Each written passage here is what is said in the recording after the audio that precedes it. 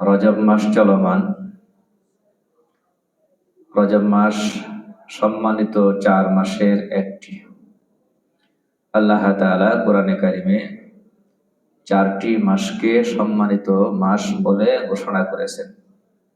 মিনহা আরবাআতুন হুরুম ফালা তাযলিমু ফীহিন্না আনফুসাকুম।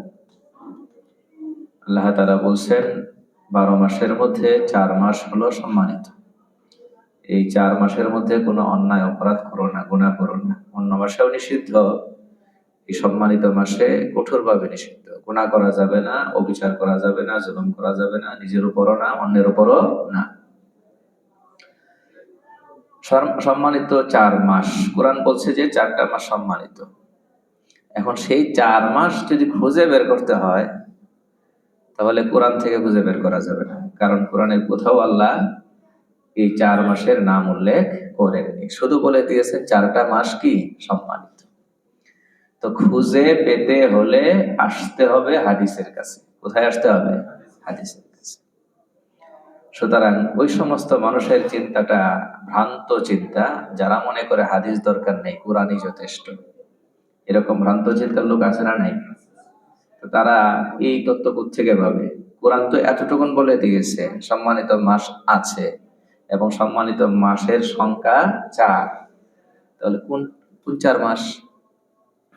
তো সেটা নিতে হলে কোথায় আসতে হবে? হাদিসের কাছে আসতে হবে। এই জন্য শুধু কোরআন দিয়া আমরা চলতে পারবো না। কোরআন প্রথমে থাকবে, এরপরেই লাগবে আমাদের হাদিস। হাদিস শরীফে বলে দেওয়া হয়েছে সম্মানিত 4 মাস 3টা হচ্ছে লাগাতার: জিলকদ, জিলহজ, মুহররম। জিলকদ, জিলহজ, মুহররম। আর এই একটা হলো সিরিয়াল ছাড়া, এটা হলো রজব। কি? রজব। তো এই রজব মাস তো প্রসিদ্ধ আছে, এই রজব মাসে রাসূলুল্লাহ সাল্লাল্লাহু আলাইহি ওয়াসাল্লামের মেরাজ সংগঠিত হয়েছিল। প্রসিদ্ধ আছে কেন বললাম সেটাও সামনে ইনশাআল্লাহ বুঝে আসবে। মেরাজ বিষয়ে আমাদের দেশে যে সমস্ত আলোচনা প্রচলিত, আমরা সারা জীবন ধরে যা শুনে এসেছি, এখনো যা শুনি, এর অনেক কথাই অপ্রমাণিত। যেগুলো প্রমাণিত সেগুলো আলোচনা করা হয় না, আর যেগুলো প্রমাণিত নয় সেগুলো আলোচনা করা হয়। এই জন্য কোরআন সুন্নাহ থেকে, বিশুদ্ধ কোরআন সুন্নাহর বিশুদ্ধ বর্ণনা থেকে কথাগুলো জানার দরকার। প্রথম কথা হচ্ছে, মেরাজ এর 2টা নাম। এর এক নাম হচ্ছে ইসরা। এক নাম কি? ইসরা। ইসরা এর শাব্দিক অর্থ হচ্ছে রাত্রিকালীন ভ্রমণ বা রাত্রিকালে ভ্রমণ করানো।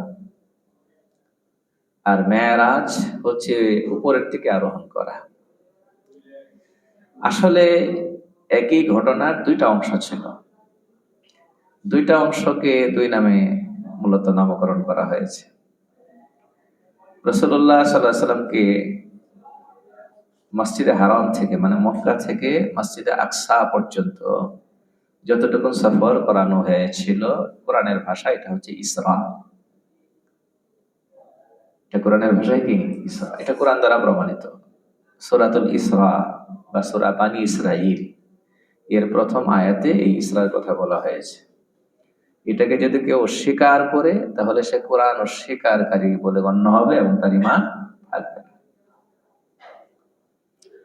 এরপরে মসজিদুল হারাম থেকে উপরের দিকে সাত আকাশ পাড়ি দিয়ে সিদরাতুল মুনতাহা, এরপরে আল্লাহ পাক যতটুকু চেয়েছেন, উপরের দিকে নবীজির যে ভ্রমণটা হয়েছিল ওটাকে হাদিসের ভাষায় বলা হয়েছে মেরাজ। কিসের কথা বলা হয়েছে? মেরাজ। সেটার ব্যাপারে সুস্পষ্ট বক্তব্য কোরআনে আসেনি, ইঙ্গিতপূর্ণ এসেছে, আর হাদিসে স্পষ্ট করে এসেছে। এখন কেউ যদি এইটুক বলে যে কোরআনে যতটুকু আছে এইটুক মানবো, হাদিসে যা আছে মানবো না, তাহলে ওই আগের কথা শুনতে হবে তার। কোনটা? যে কিছু কথা কোরআনে বর্ণনা না করে কোরআন ছেড়ে দিয়েছে কিসের জন্য? হাদিসের জন্য। আল্লাহ বর্ণনা না করে ছেড়ে দিয়েছেন কার জন্য? রাসূল সাল্লাল্লাহু আলাইহি ওয়াসাল্লামের জন্য। যেমন সম্মানিত 4 মাস, একটু কোরআন বলছে 4টা মাস সম্মানিত। মাসগুলো কি কি এটা কোরআন বলে নাই, ছেড়ে দিয়েছে হাদিসের জন্য। নবী সাল্লাল্লাহু আলাইহি ওয়াসাল্লাম বয়ান করে দিয়েছেন হাদিসে। ইয়া আল্লাহ ইয়া কারীম।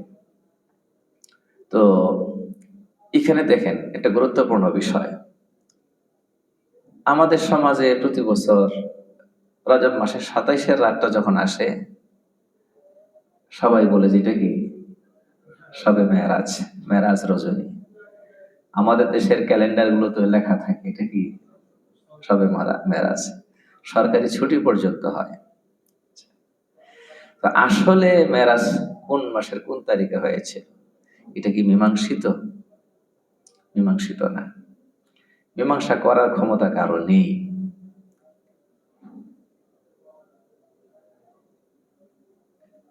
এটা মীমাংসা করার ক্ষমতা কারো নেই। বুখারী মুসলিমের হাদিসে আসছে মেরাজের কথা, অন্য হাদিসের কিতাবে আসছে।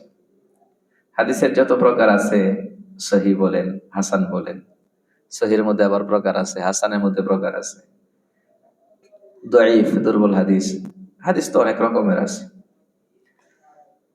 মেরাজের ঘটনা বর্ণনাকারী সাহাবীর সংখ্যা অনেক, এতজন রাবী, এতজন বর্ণনাকারী বর্ণনা করেছে, এত হাদিস এসেছে যেগুলোতে মেরাজ সম্পর্কে বলা হয়েছে, মেরাজের বিস্তারিত বিবরণও দেওয়া হয়েছে, কিন্তু কয়েকটা বিষয় সেখানে পরিষ্কার করা হয়নি, উল্লেখই করা হয়নি। তার মধ্যে একটা হচ্ছে সন, সাল, সন, কোন সনে সংগঠিত হয়েছিল। হিজরতের আগে নবীজি মক্কায় ছিলেন 13 বছর, মদিনায় গিয়েছিলেন 10 বছর। এই যে 23টা বছরের কোন বছর, এটা নির্দিষ্ট করে রাসূল সাল্লাল্লাহু আলাইহি ওয়াসাল্লাম কোন একটি হাদিসেও বর্ণনা করেন। সম্ভাবনার ভিত্তিতে পরবর্তীরা বলছেন এই মাসে এই বছর হইতে পারে, ওই বছর হতে পারে, একাধিক মতামত আসছে। এইভাবেই মতভেদটা হয়। মতভেদ কি নিয়ে হয়? মীমাংসিত বিষয় নিয়ে না অমীমাংসিত? অমীমাংসিত। সম্ভাবনার ভিত্তিতে নানান মত আসতে থাকে। যেহেতু নবীজি মীমাংসা করে যাননি, এটা বলেন নাই নবীজি, কেন বলেন নাই এই প্রশ্ন থাকুক, পরে উত্তর নিব আমরা।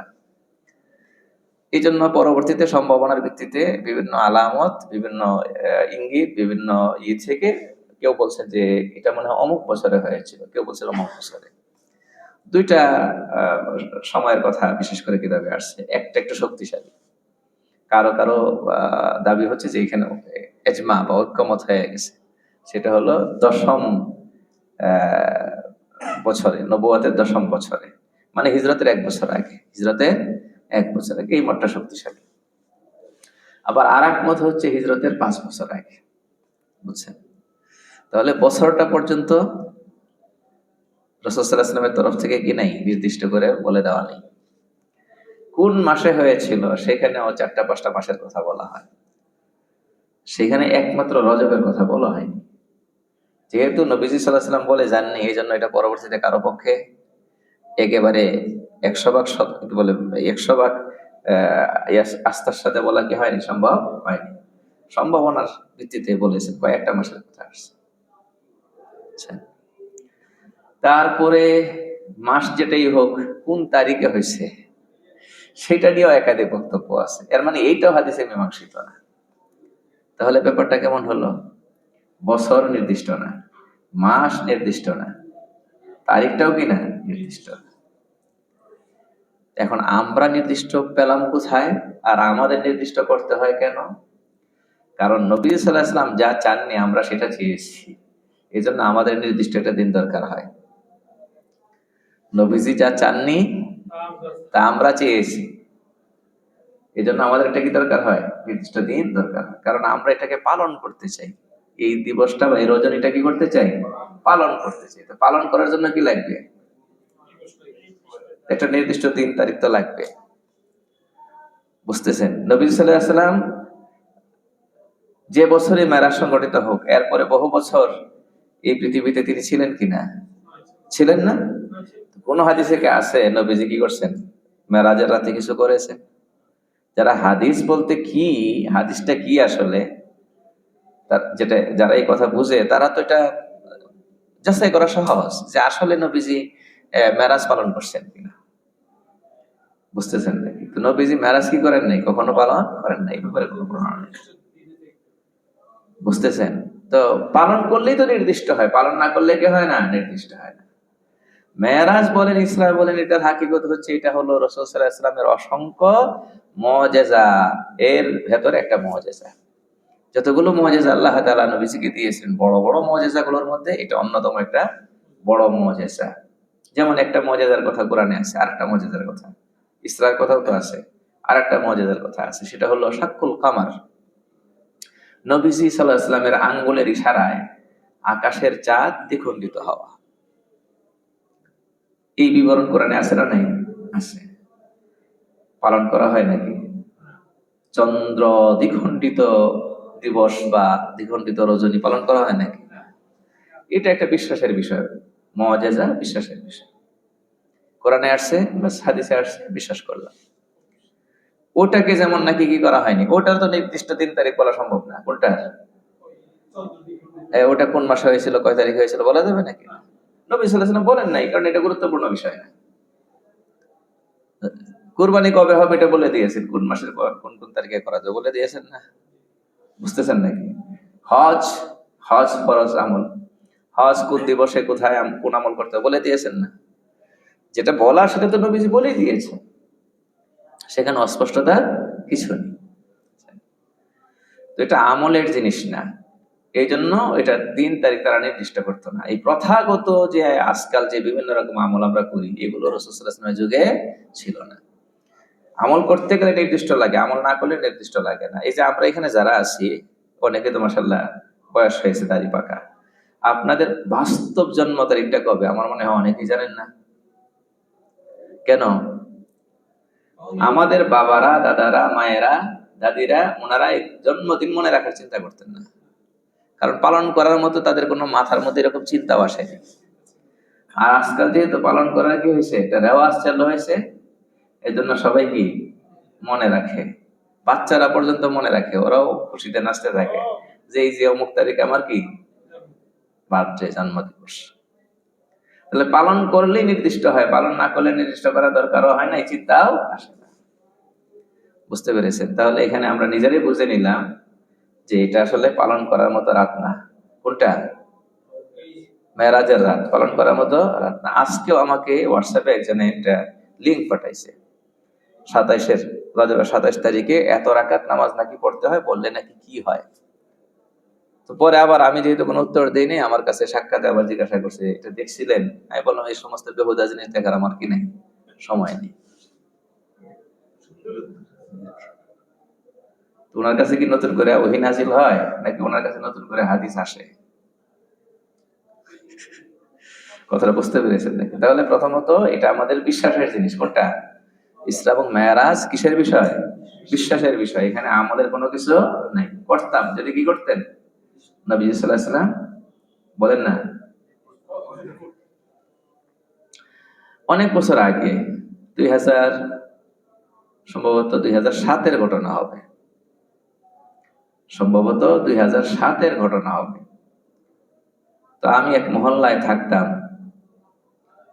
বাসা ছিল সেখানে, পাশে একটা ছোট্ট মসজিদ ছিল, সেখানে ওই 27-এর রাত খুব ধুমধাম করে ইবাদতের ভেতর দিয়ে পালন করা হয়েছে।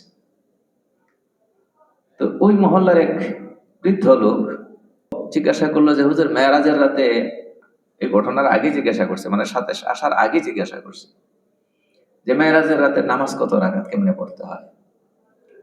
আমি বললাম মেরাজের রাতে কোনো নামাজ নেই। লোকটা বললো কেন নাই? রাসূল সাল্লাল্লাহু আলাইহি ওয়াসাল্লাম বলেছেন না, আস-সালাতু মি'রাজুল মুমিনিন, মেরাজ হলো, নামাজ হলো মুমিনদের মেরাজ। এবার দেখছেন আমাকে দলিল শোনায় দিল। এখানে কোন নামাজের কথা বলা হয়েছে? ওই 27-এর নামাজের কথা বলা হয়েছে না প্রতিটা নামাজ? বলেন না, প্রতিটা নামাজ। প্রতিটা নামাজেই, নামাজের ভেতরে বান্দা আল্লাহর সঙ্গে কথা বলে। প্রতিটা নামাজেই বান্দা কার সঙ্গে কথা বলে? আল্লাহর সঙ্গে কথা বলে। বুঝতে পেরেছেন? সহিহ বুখারীর হাদিস, রাসূলুল্লাহ সাল্লাল্লাহু আলাইহি ওয়াসাল্লাম বলেছেন, ইন্না আহাদাকুম ইযা কামা ফি সালাতিহি ফা ইন্নাহু ইউনাজি রাব্বাহু। তোমাদের এক একজন মানুষ যখন নিজের নামাজে দাঁড়ায়, সে তো আল্লাহর সঙ্গে একান্তে কথা বলে। ইউনাজি মানে কানে কানে কথা বলে।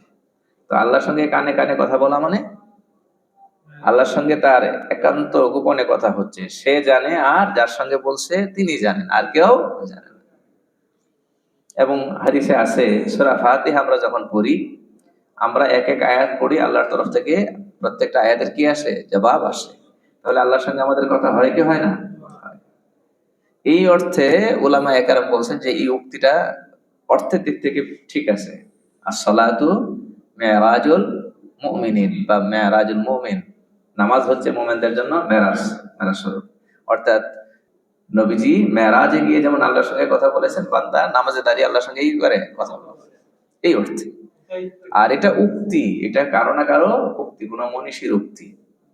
এটা সরাসরি রাসূল সাল্লাল্লাহু আলাইহি ওয়াসাল্লামের কি নয়, হাদিস নয়। এটা সমাজের মধ্যে ভুল চালু হয়ে গেছে, যেটা হাদিসের কোনো কিতাবে এই কথা আসেনি যে নবীজি কোনো সময় এই কথা বলেছে। কথাটা বোঝাতে পারছি? তো যাক, তো আমরা মূল আলোচনায় আসি। তাহলে দুইটা জিনিস তো ক্লিয়ার হলো নাকি? প্রথম একটা বিষয়, গুরুত্বপূর্ণ বিষয় বললাম, সেটা কোনটা? সমস্ত বিষয়ের উল্লেখ কোথায় থাকবে না? কোরআনে থাকবে না। কোরআনেই রেখে দিয়েছে সুস্পষ্ট ভাবে যে এটা কোরআনে নাই, নিতে হবে কোত্থেকে? হাদিস থেকে। এই জন্য কোরআনও লাগবে, হাদিসও লাগবে। যারা বলে কোরআন যথেষ্ট, হাদিস লাগবে না, তাদের কথা বলেন না ঠিক আছে না ভুল? ভুল, গুমরাহিপূর্ণ, ভ্রষ্টতাপূর্ণ। আচ্ছা, দ্বিতীয় যে কথা বলছিলাম সেটা হলো ইসরা এবং মেরাজ। এটা হলো বিশ্বাসের বিষয়, নবীজির মুজিজা। অন্যান্য মুজিজার মতো এটাও কিসের বিষয়? বিশ্বাসের বিষয়, এটা পালন করার বিষয় না। এই জন্যই রাসূল সাল্লাল্লাহু আলাইহি ওয়াসাল্লাম মেরাজের উল্লেখ অনেক লম্বা করে হাদিসে করে গিয়েছেন, কিন্তু কোথাও সন বলে যান নেই, মাস বলে যান নেই, তারিখ বলে যান। বুঝতেছেন? সন তারিখ এগুলো পরবর্তীতে সম্ভাবনার ভিত্তিতে উলামায়ে কেরাম বলেছেন এবং অনেক বলেছেন। তার মধ্যে থেকে একটা কেমনে কেমনে জানি আমাদের দেশে কি হয়েছে, নির্দিষ্ট হয়েছে কেন? আরে বলেন না, পালন করতে হবে, এই জন্য হয়েছে। তো এই পালন করাটা ঠিক আছে না ভুল? ভুল। সুবহানাল্লাযী আসরা বিআবদিহি লাইলাম মিনাল মাসজিদিল হারাম। পবিত্র সত্তা তিনি, যিনি তার বান্দাকে রাত্রবেলায় ভ্রমণ করিয়েছেন মসজিদুল হারাম থেকে মসজিদ আকসা পর্যন্ত। আমি প্রথমে সংক্ষেপে মেরাজের ঘটনাটা, বিশুদ্ধ বর্ণনা যতটুকু, একটু শুনে আসি। রাসূলুল্লাহ সাল্লাল্লাহু আলাইহি ওয়াসাল্লাম নিজের ঘরে শুয়েছিলেন। কোন ঘরে? কার ঘরে? নিজের ঘরে শুয়েছিলেন। রাতের একটা সময়ে হযরত জিবরাইল আলাইহিস সালাম তিনি আগমন করেছেন, ছাদ ফেড়ে ভিতরে ঢুকেছেন। ঘরের কি দরজা ছিল না? দরজা কি ছিল, কিন্তু দরজা দিয়ে ঢুকেন নাই। কোন দিকে ঢুকছেন? ছাদ ফেড়ে ঢুকছেন। তো নবীজি তখন ঘুমিয়েছিলেন। নবীজিকে সেখান থেকে নিয়ে ওই খানায় আবার উত্তর পাশ দিয়ে একটু খানিকটা জায়গা আছে রেলিং করা, এটাকে বলা হয় হাতিম। কি বলা হয়? হাতিম। এটা মূলত খানায় কাবার অংশ ছিল, কাবাঘরের অংশ ছিল। তো এটা, এই জায়গাটাতে মুশরিকরা, মক্কা কাফের মুশরিকরা ওইটাকে খুব গুরুত্ব দিত, সম্মান করতো। বিশেষ বিশেষ মিটিং হলে ওখানে বসে করতো। তো ওই জায়গাটাতে নিয়ে নবীজিকে শোয়াইছে। তখন নবীজির চোখে একটু একটু কি আছে? ঘুম আছে। সেখান থেকে আবার নিয়েছেন জমজমের কাছে। জমজম এখানে অল্প ব্যবধানে নেওয়ার পরে নবীজির সিনা মুবারক ফেড়েছেন, কেটেছেন, অপারেশন হবে। সেখান থেকে নবীজির যে হৃৎপিণ্ড, হার্ট, কল্প, সেটাকে বের করেছে। জমজমের পানি দিয়ে ধৌত করেছে। জমজমের পানি দিয়ে ধৌত করেছে। এগুলো বুখারীর বর্ণনা, বুখারী মুসলিম সহ সমস্ত কিতাবে আছে, একেবারে সহিহ। এরপরে জিবরাইল আলাইহিস সালাম একটা স্বর্ণের পাত্রে ঈমান এবং হিকমত ভরে আনছেন। স্বর্ণের পাত্রে ঈমান এবং হিকমত ভরে এনেছেন। বলে ঈমান এবং হিকমত, এটা তো আমাদের চোখে পড়ে না। ঈমান তো বিশ্বাসের জিনিস, হিকমত এটা হলো যে সূক্ষ্ম জ্ঞান। জ্ঞান বলি, নলেজ বলি, এগুলা কি দেখা যায় নাকি? আমাদের কাছে এগুলো অবস্তু। এটাকে ধারণ করার জন্য কোনো পাত্র দরকার হয় নাকি? কিন্তু এখানে বলা হচ্ছে পাত্রে করে এনেছে। কথা বুঝতে পেরেছেন? এই জন্য সবকিছু কি করা যাবে না, আমাদের এই বুদ্ধি দিয়া, জ্ঞান দিয়া বোঝা যাবে না। সবকিছু আমাদের জ্ঞান দিয়ে বুদ্ধি দিয়ে বোঝা যাবে না, কিছু গায়েবের জগতের বিষয় থাকে। এরপরে রাসূল সাল্লাল্লাহু আলাইহি ওয়াসাল্লামের এই কলবের ভেতরে সেই ঈমান এবং হিকমত ঢেলে দিয়েছে, ওখানে দিয়েছে, দিয়া এবার সেলাই করেছে। অপারেশনটা বুঝতে পেরেছেন তো? কলবটাকে ধৌত করেছেন, তারপরে সেখানে ঈমান এবং হিকমত দিয়েছেন, দিয়ে পরে সেলাই করে দিয়েছেন। এই সেলাইয়ের দাগ পরবর্তীতেও ছিল, সেলাইয়ের দাগটা পরবর্তীতেও কি ছিল। এরপরে বোরাক নিয়ে এসেছেন। বোরাক হলো একটা জন্তু, সেটা দেখতে খচ্চরের চেয়ে একটু বড়, ঘোড়ার চেয়ে একটু ছোট। খচ্চরের খচ্চরের চেয়ে একটু কি বড়, ঘোড়ার চেয়ে ছোট। গতি মানে কল্পনাতীত গতি, এতটা গতি সম্পন্ন, একবার পা রাখার পরে পরের পা গুলো রাখবে হলো দৃষ্টির শেষ সীমানায়, দৃষ্টি যতদূর যায় অতটুকুন দূরে আর একবার পা রাখবেন। আমরা যদি দ্রুত হাঁটি, দৌড়াই, তাহলে সর্বোচ্চ কি 1 হাত, 1.5 হাত, 2 হাত, এর সে দূরে পা রাখতে পারি নাকি? তো ওটার গতিটা কতটুকু ছিল? আমরা হাঁটার সময় 1 বিঘত হয়তো ব্যবধান হয় 2 পায়ের মাঝখানে, দৌড়ানোর সময় আর একটু কি হয় বেশি, গতি যত বেশি 2 কদমের মাঝখানে ব্যবধান তত কি বেশি। আর বুরাকের গতি কতটা ছিল যে একবার কদম যেখানে রেখেছে পরবর্তী কদম রাখতো কোথায়? দৃষ্টির সীমানার শেষে। এত দ্রুত গতিতে অল্প সময়ের মধ্যে চলে গিয়েছেন মসজিদে আকসায়। কোথায় গেছেন? মসজিদে আকসা, বাইতুল মুকাদ্দাস। তো জিবরাইল আলাইহিস সালাম বোরাকটাকে, বোরাক রশি দিয়ে বাঁধা ছিল গলায়, এটাকে ওখানে একটা পাথর ছিদ্র করে ওই পাথরের সঙ্গে রিং এর মতো বানাইছে, তো ওটার মধ্যে রশি দিয়ে বেঁধে রেখেছে। এই পাথরে নাকি পূর্ববর্তী নবীগণ তাদের বাহনকে বাঁধতেন। এরপরে নবীজি মসজিদে ঢুকেছেন, ঢুকে দেখলেন যে সেখানে মুসা আলাইহিস সালাম দাঁড়িয়ে দাঁড়িয়ে নামাজ পড়তেছেন, ঈসা আলাইহিস সালাম তিনি নামাজ পড়তেছেন। নবীজি হাদিসে বিবরণ দিয়েছেন কাকে কেমন দেখা যায়। এরপরে দেখেন ইব্রাহিম আলাইহিস সালাম তিনিও নামাজ পড়তেছেন। কিছুক্ষণের ভেতরেই নামাজের জামাতের ব্যবস্থা, ইন্তেজাম হয়ে গেল। নবীজি ইমামত করলেন, 2 রাকাত নামাজ পড়ালেন। এর আগে সবার সঙ্গে পরিচয় হয়েছে। এরপরে সেখান থেকে বের হবেন, জিবরাইল আলাইহিস সালাম তিনি 2টা পেয়ালা, স্বর্ণের 2টা পেয়ালায় করে পানিও নিয়ে আসলেন। একটাতে ছিল দুধ, আর একটাতে ছিল শরাব মানে মদ। একটাতে কি ছিল? দুধ ছিল, আর একটা ছিল মদ। নবী সাল্লাল্লাহু আলাইহি ওয়াসাল্লাম মদটা গ্রহণ করেন, দুধটা গ্রহণ করেছেন। কোনটা গ্রহণ করেন, কোনটা গ্রহণ করেছেন? এখানে নবীজির একটা পরীক্ষা ছিল। নবীজির জন্য হালাত তো 2টাই ছিল, যেহেতু পেশ করা হয়েছে আল্লাহর তরফ থেকে। তো নবীজি গ্রহণ করেছেন দুধ। তখন জিবরাইল আলাইহিস সালাম বললেন যে আপনি আজকে যদি মদ গ্রহণ করতেন তাহলে আপনার উম্মত বিভ্রান্ত হয়ে যেত। আপনি যেটা গ্রহণ করেছেন এটা ফিতরতের দাবি অনুযায়ী গ্রহণ করছেন। ফিতরত বলা হয় সৃষ্টিগত স্বভাব, সৃষ্টিগত যে সুস্থ রুচি, এটাকে বলা হয় কি? এর মানে হলো যে দুধ যদি কেউ খায় ভালো জিনিসই খেয়েছে, এটা স্বভাবজাত রুচির অনুকূল জিনিস। আর মদ গ্রহণ করলে কি হইতো? ফিতরতের খেলাফ হইতো। এর মানে সৃষ্টিগত সুস্থ স্বভাব যেটা আছে এটার বিপরীত হইতো। এখান থেকে বোঝা যায় যারা নেশা করে, যারা মাদক গ্রহণ করে, এদের স্বভাব স্বাভাবিক আছে না বিকৃত হয়ে গেছে? বিকৃত হয়ে গেছে। সৃষ্টিগত স্বভাব যেটা সৃষ্টিগত এবং আল্লাহ তাআলার তরফ থেকে যে স্বভাব দিয়ে তাকে দুনিয়াতে পাঠানো হয়েছে, এই স্বভাবের জায়গায় নাই, এই জন্য কি হয়ে গেছে? এই জন্য সেটা গ্রহণ করতে পারে। আর একজন সুস্থ রুচির মানুষ, হ্যাঁ, তার আসল স্বভাব যেটা এটা এখনো বাকি আছে, এরকম মানুষের সামনে 2টা দিলে, মদ দিলে জীবনে গ্রহণ করে, মারলেও খাবে না সে। এরপরে সেখান থেকে নবীজিকে উপরের দিকে আরোহণ করানো হয়েছে। এবার পেছনের দিকে আবার আসি, কয়েকটা কথা পরিষ্কার হওয়ার দরকার। আপনারা হয়তো শুনে থাকেন যে তিনি উম্মে হানি রাদিয়াল্লাহু তাআলা ঘরে ছিলেন। সেখান থেকে জিবরাইল আলাইহিস সালাম এসে ওই যে ছাদ ফেরে সেখান থেকে ঢুকছেন, ঢুকে বের করেন। উম্মে হানি রাসূল কারীম সাল্লাল্লাহু আলাইহি ওয়াসাল্লামের চাচাতো বোন, আলী রাদিয়াল্লাহু তাআলার বোন। কে? উম্মে হানি।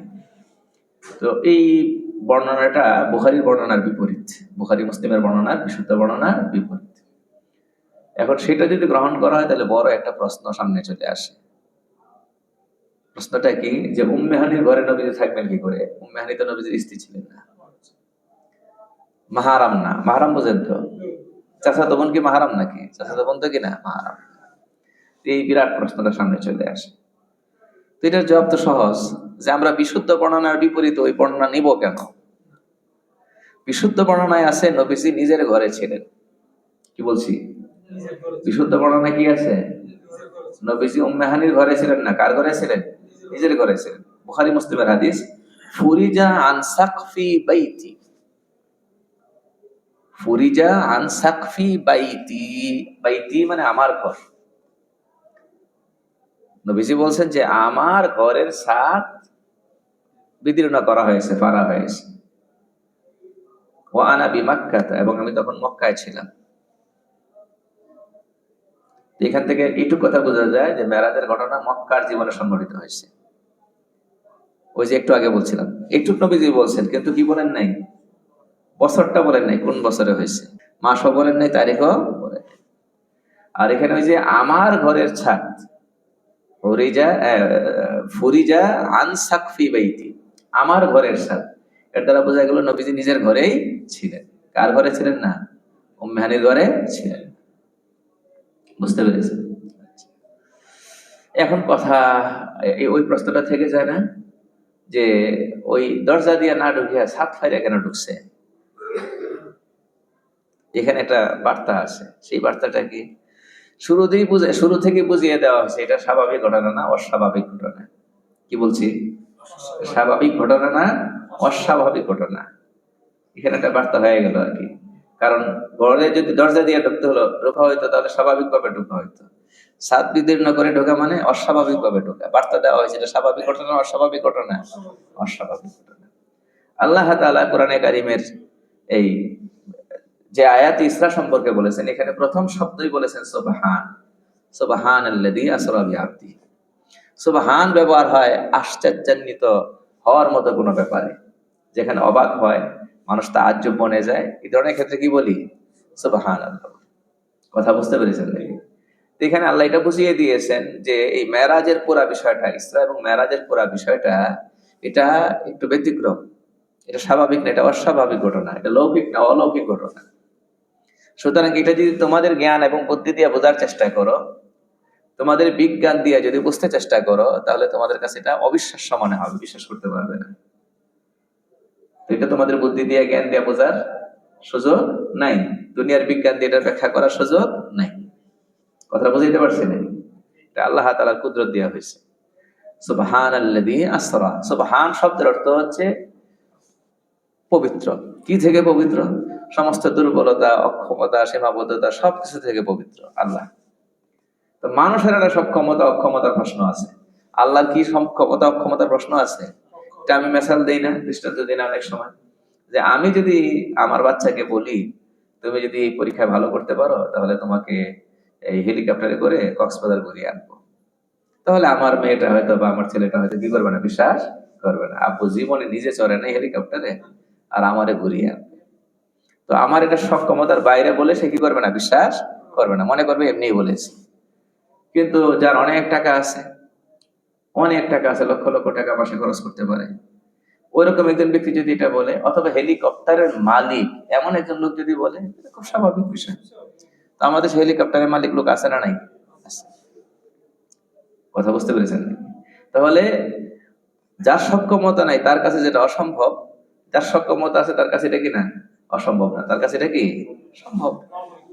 তাহলে এই যে অল্প সময়ের মধ্যে এত কিছু হওয়া, এটা দুনিয়ার মানুষের ক্ষমতার হিসাবে, দুনিয়ার মানুষের সক্ষমতা হিসাবে অসম্ভব বিষয়। কিন্তু যদি ঘটনা ঘটান আল্লাহ তাআলা, তাহলে কি আর অসম্ভব থাকে না? আল্লাহর কাছে কিছু অসম্ভব আছে না? সুতরাং এখানে বিজ্ঞান দিয়ে এমনি অমনে যুক্তি দিয়ে কেন বুঝাইতে হবে? এটা তো যুক্তির ঊর্ধ্বের জিনিস, তাহলে আবার কেন যুক্তি? বুঝেন নাই মনে হয়? অনেকে এটা যুক্তি দিয়ে বোঝায় না, যে আল্লাহ সময়ের ঘড়িকে থামিয়ে দিয়েছিলেন, এরকম যুক্তি দেয়। এই সমস্ত যুক্তি খাটে না এখানে, কারণ এই ব্যাপারটা কি মুজিজা। তাহলে ওই যে চন্দ্র দ্বিখণ্ডিত হয়েছিল, সেখানে কি বিজ্ঞান পেশ করবেন? এখানে বিজ্ঞান পেশ করা আবশ্যক না। বিজ্ঞান যদি মিলে যায় মিললো, না মিললেও কিছু যায় আসে না। এরপরে একটা প্রশ্ন আসবে,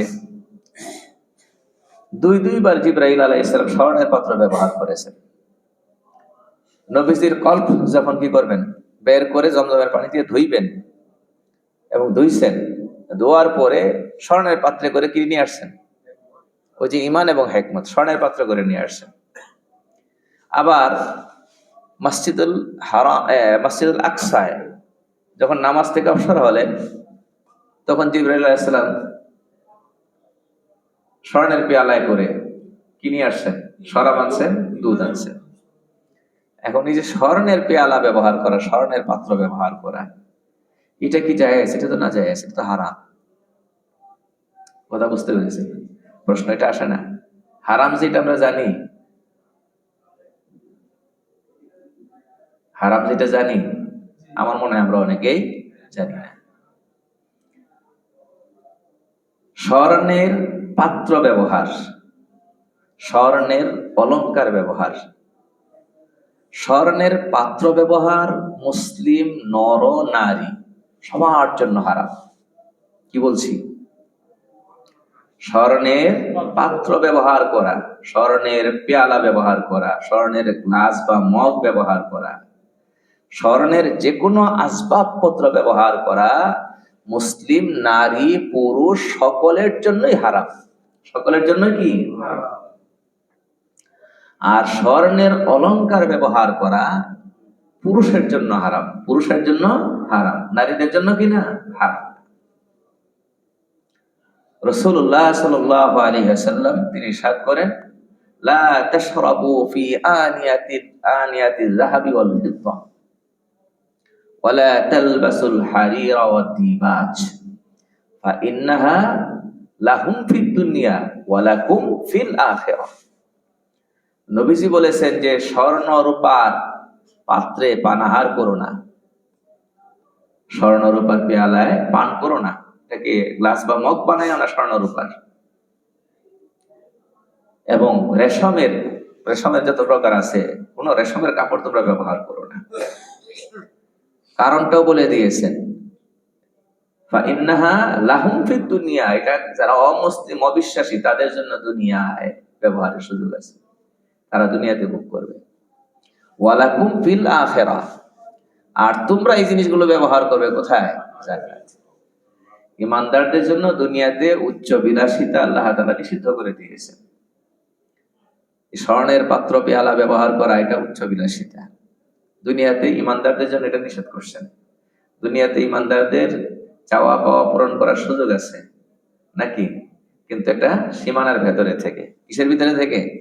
সীমানার ভেতরে থেকে। বিলাসিতা করতে পারবে, উচ্চ বিলাসিতা করতে পারবে না। বিলাসিতা করা যাবে, কি করা যাবে না? উচ্চ বিলাসিতা করা যাবে না। তো স্বর্ণের পাত্র ব্যবহার করাটা কি? উচ্চ বিলাসিতা। এটা পুরুষ নারী সবার জন্যই হারাম।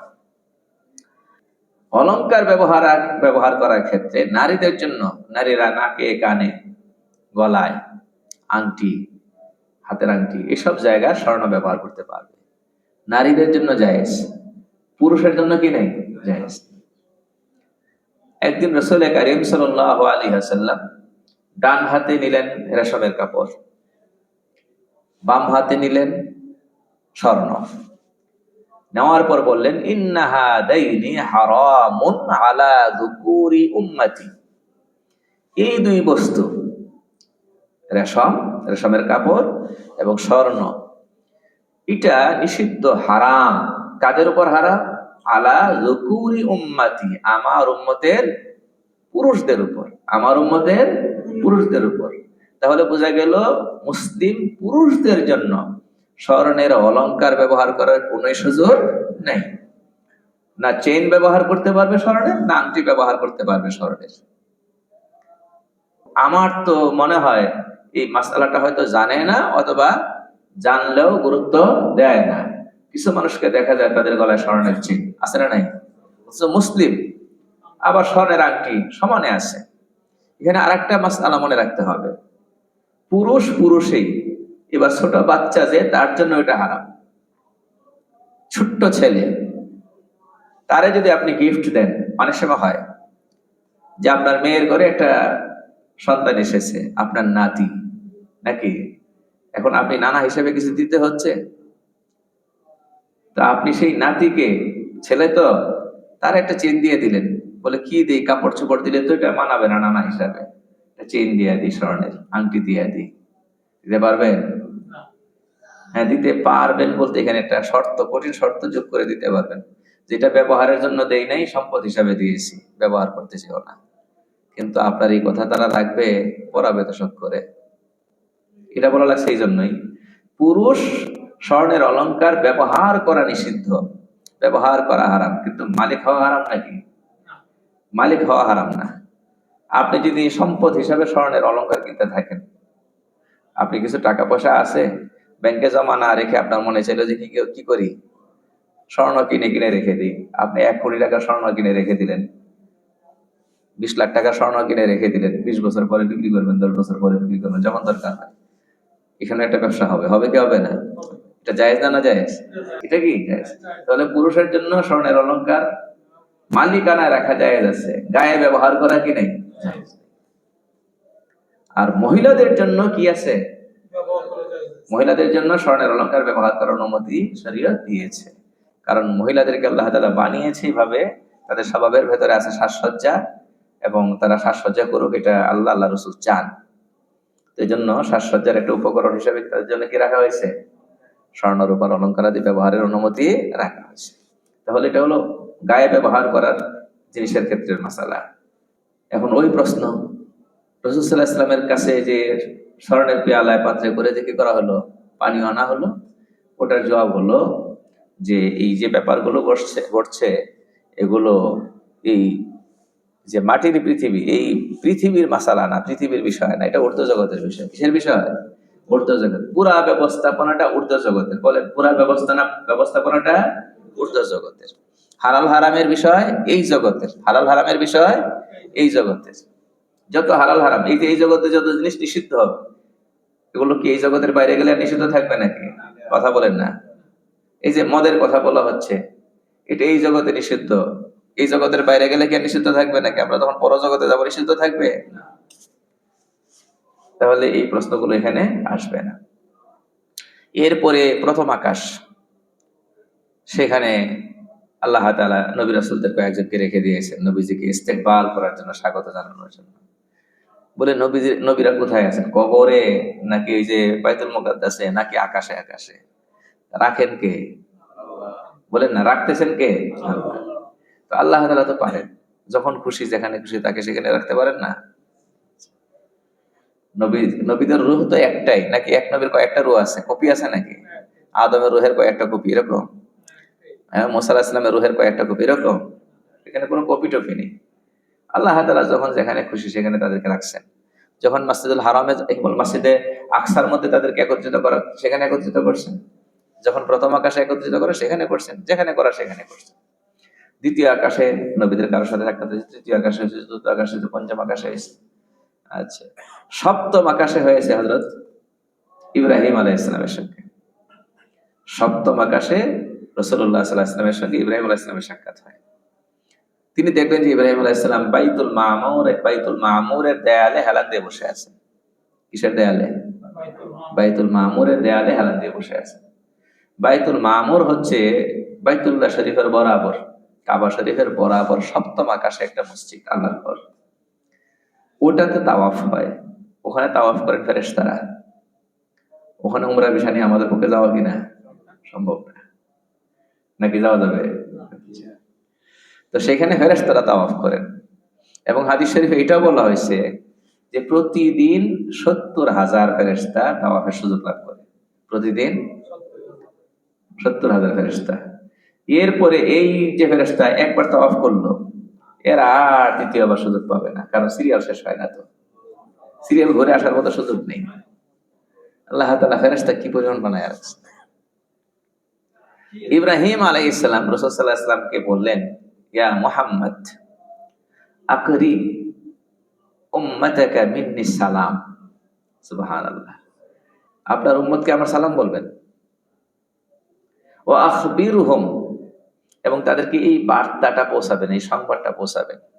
কি? আন্নাল জান্নাতা তাইয়্যিবাতুত তুরাব আযবাতুল মা। জান্নাতের মাটি উৎকৃষ্ট, খুব ভালো, উত্তম মাটি, এবং সেখানে পানিও খুব সুমিষ্ট। মাটিও ভালো, পানিও ভালো। ওয়া আন্নাহা কিয়ানুন, তবে সেটা কিন্তু খালি, মুক্ত, খালি জায়গা, খালি, কিছু নাই সেখানে, গাছ নিজেদের লাগাই নিতে হবে। ওয়া আন্না গিরাসাহা সুবহানাল্লাহি ওয়ালহামদুলিল্লাহি ওয়া লা ইলাহা ইল্লাল্লাহু আল্লাহু আকবার। তো সেইখানে নিজের বাগান নিজে করতে হবে, সেখানে রোপণ করতে হবে নিজের গাছ। কি দিয়ে রোপণ করবে সেখানে? ওই দুনিয়া থাকতে সুবহানাল্লাহ, আলহামদুলিল্লাহ, লা ইলাহা ইল্লাল্লাহ, আল্লাহু আকবার, এই যে জিকির গুলো করতেছি বিভিন্ন সময়ে, একসাথে চারটা বলতে হবে সেটা আবশ্যক না। চারটা একসাথে বলা যাবে, কখনো শুধু আপনি সুবহানাল্লাহ বলতেছেন, কখনো শুধু আলহামদুলিল্লাহ বলতেছেন, কখনো লা ইলাহা ইল্লাল্লাহ বলতেছেন, কখনো আল্লাহু আকবার বলতেছেন। যতবার বলতেছি এগুলো সেখানে কি হচ্ছে? গাছ হিসাবে রূপিত হচ্ছে। এই সংবাদ আমাদের কাছে পৌঁছে দেওয়ার জন্য বলেছেন ইব্রাহিম আলাইহিস সালাম। কাকে? আমাদের নবীজি সাল্লাল্লাহু আলাইহি ওয়াসাল্লাম। নবীজি এসে বলেছেন কিনা আমাদেরকে? বলেছেন বলেই তো এই আলোচনা করতে পারতেছি। তাহলে এখান থেকে কি বোঝা গেল? নিজের জান্নাত নিজে সাজায় যাইতে হবে কিনা? নিজের জান্নাত দুনিয়া থাকা অবস্থায় কি করতে হবে? সাজিয়ে যেতে হবে। ইয়া আল্লাহ, সাত আকাশের পরে হলো উপরে সিদরাতুল মুনতাহা।